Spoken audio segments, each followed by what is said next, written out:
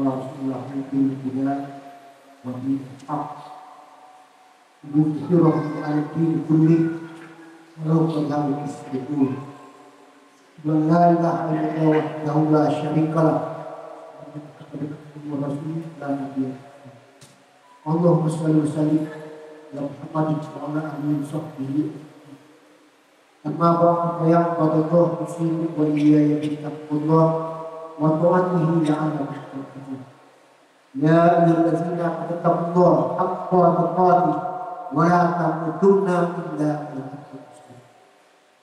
Kaum muslimin sidang Jumat rahimakumullah. Bersyukur kita kepada Allah atas segala rahmat dan karunia-Nya kepada kita bersama. Banyak nikmat Allah yang sudah kita terima, kita rasakan. Itu yang sering disebut nikmat Islam, nikmat iman, nikmat kesehatan, kesempatan, kekayaan, dan lain sebagainya. Dan salah satu yang mungkin luput dari pantau kita bahwa Allah lah yang menggerakkan hati kita datang ke masjid ini, memenuhi panggilan Allah, memenuhi panggilan Jumat. Ya ayyuhallazina amanu Zahudiat setelah yaumil Jumat. Apabila kamu telah dipanggil pada hari Jumat untuk menunaikan sholat, fas'au ila bismillah, bersegeralah untuk memenuhi panggilan itu. Wazarul baik, tinggalkan segala aktivitas, tinggalkan jual beli dan sebagainya. Ini tentu patut sekali kita syukuri. Karena banyak juga orang yang sehat, banyak juga mereka yang sempat, tapi tidak tergerak hatinya untuk datang ke masjid itu.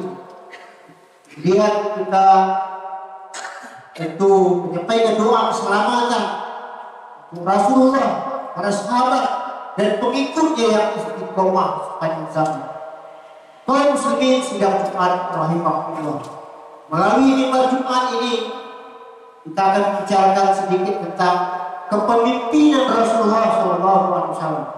Apa sebenarnya keberhasilan yang telah dicapai oleh Nabi dan kenapa beliau sampai berhasil? Sejarah mencatat dalam kurun waktu hanya lebih kurang 23 tahun menjalankan misi kerasulannya, menjalankan misi kepemimpinan, Rasulullah telah berhasil melakukan perubahan-perubahan besar. Kalau tidak bisa kita lihat ada 3 prestasi yang telah dicapai oleh Rasulullah. Pertama, beliau berhasil dalam mendakwahkan Islam. Setelah turunnya wahyu yang pertama di Gua Hira, artinya beliau telah dilantik menjadi Rasul. Mulailah Nabi menjalankan misinya itu, dakwah dari orang ke orang, dakwah dari rumah ke rumah, kemudian dakwah secara terbuka, fasda bima tu'mar, sampaikan apa yang telah diperintahkan Allah dengan tegas. Lalu selama 13 tahun di Mekah datang perintah lagi untuk hijrah ke Madinah, dilanjutkan dakwah di Madinah.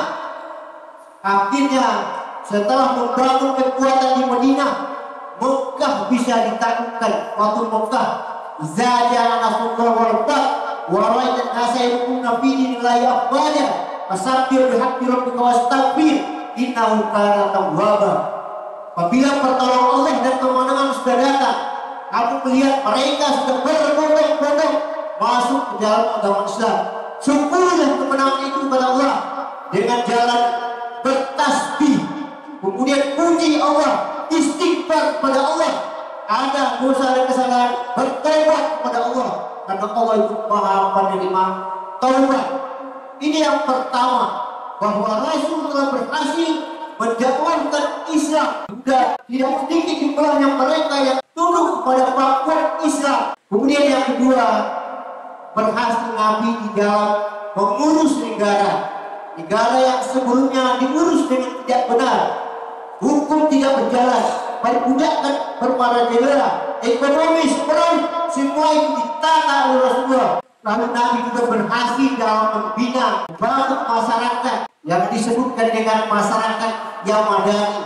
Walaupun semuanya tidak Islam, berbeda latar belakang, berbeda suku, berbeda kebudayaan, tetapi mereka mengakui kepemimpinan Nabi itu.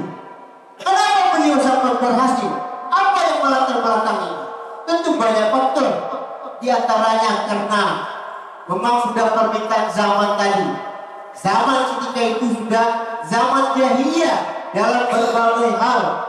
Di agama akidahnya sudah rusak. Mereka sudah mempertuhankan selain daripada Allah. Alladzina yaj'aluna ma'allahi ilahan akhar. Mereka mencari-cari Tuhan selain daripada Allah. Mempertuhankan berhala, mempertuhankan api, mempertuhankan berbagai-bagai paham, dan akhirnya Rasulullah berhasil membawa mereka ke dalam agama tauhid. Keberhasilan, apalagi di bidang ibadah, tidak karuan, tidak ada lagi tuntunan. Pergi juga mereka di Ka'bah itu, tapi tidak lagi dengan cara yang benar. Apalagi kalau kita menyorot tentang akhlak, sudah betul-betul terbenam ke dalam lumpur kejahilian yang sangat dalam. Tentu saja mereka yang butuh kebenaran, mereka yang butuh keadilan, mereka yang ingin pemerintah yang baik, mereka yang ingin kesejahteraan, merindukan kehadiran seorang pemimpin. Dan di saat itulah Rasulullah lahir ke atas permukaan bumi ini, hingga dia mendapat sambutan simpati dari orang-orang yang ibarat mereka yang sedang kehausan.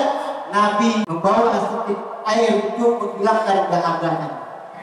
Kemudian yang kedua, karena watak kepemimpinan Nabi.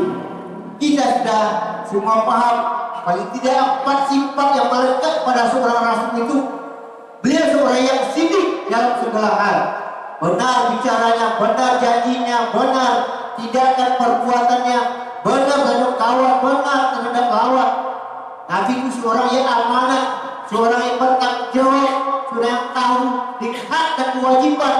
Kalau ada beban yang dipikulkan, apalagi dari Allah, dari masyarakat, betul-betul dia bertanggungjawabkan. Nabi itu seorang yang cerdas, seorang cendekiawan, seorang yang bisa berpikir positif, bisa menghubungkan sebab dan akibat. Dan Nabi itu juga ada seorang yang fatanah, seorang yang tabligh, seorang yang bisa menyampaikan dengan baik, seorang yang bisa berkomunikasi dengan siapa saja. Dan sebelum dia menyampaikan sesuatu, sebelumnya beliau yang memberikan contoh. Tidak hanya 4 sifat ini saja yang dimiliki oleh Nabi itu. Semakin disebut, semakin banyak lagi yang ringan. Katakanlah seperti yang disinyalir dalam surah Al-Imran. Ketika usai perang Uhud, timbul gelombang demonstrasi besar-besaran. Bahkan ada mereka yang tidak mempercayai lagi kepemimpinan Nabi, terutama yang sengaja dihembuskan oleh orang-orang munafik. Apakah Muhammad ini benar-benar Nabi atau tidak? Sampai begitunya. Lalu bagaimana Nabi menanggapi situasi yang begitu hebatnya? Allah ceritakan dalam Al-Quran, wa bima rahmatin Allah lintalahu, kami telah berlunak lembut kepada mereka. Begitu kepemimpinan Nabi. Kemudian Nabi itu seorang wasawirhum fil ardh. Nabi itu seorang yang suka bermusyawarah. Dia demokrat sejati, bukan demokrat setengah hati. Betul-betul untuk kepentingan masyarakat, kepentingan kemaslahatan umat dibicarakan dengan baik. Nabi itu fa'fu, dia seorang yang pemaaf. Betapa kesalahan orang kepada beliau dimaafkan oleh Nabi, dibuka pintu maaf. Tidak perlu orang minta maaf, tetapi dia sendiri yang memaafkan. Bahkan lebih daripada itu, wastaghfir lahum, dia doakan lagi orang yang bersalah, orang yang bertindak tidak baik, orang yang menghina, mencaci maki beliau, doakan kepada Allah, ya Allah, beri ampun orang-orang yang berbuat tidak baik kepada aku, ya Allah.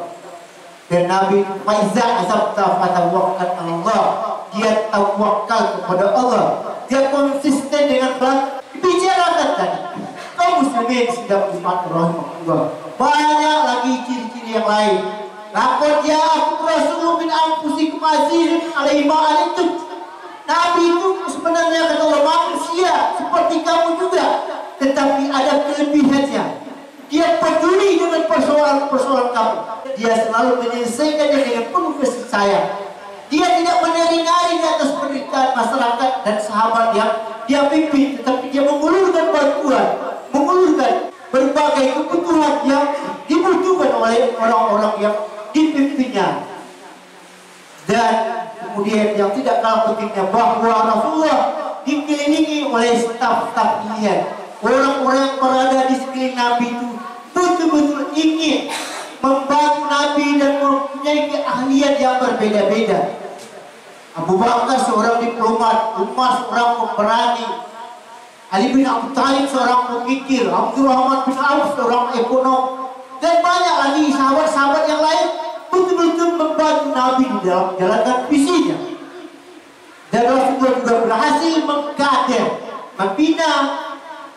Jadi seorang budak bisa dijadikan sebagai seorang ulama, sebagai seorang panglima, sebagai seorang ekonom. Begitu hebatnya Nabi di dalam memimpin itu.